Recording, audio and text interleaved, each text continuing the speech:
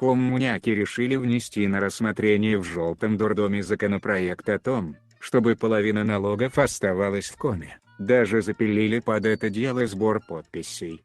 Видимо, под шумок повышения зарплаты губернатора решили повысить зарплаты и себе, о чем невозбранно намекнула Дьячкова.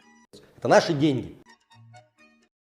Общественник и по совместительству тролль Андрей Ивашев, пользуясь тем, что в городской совет Сыктывкара избрались молоденькие и некомпетентные избранники, жирно набросил на вентилятор гафна, чем вызвал потоки лучей добра в свою сторону и лишился камеры.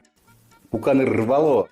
Жопа действительно бомбанула, причем достаточно для того, чтобы Ксения Соколова и Валерия Стрекалова подали гражданский иск на Андрея Ивашева за якобы использование изображения гражданина без их согласия.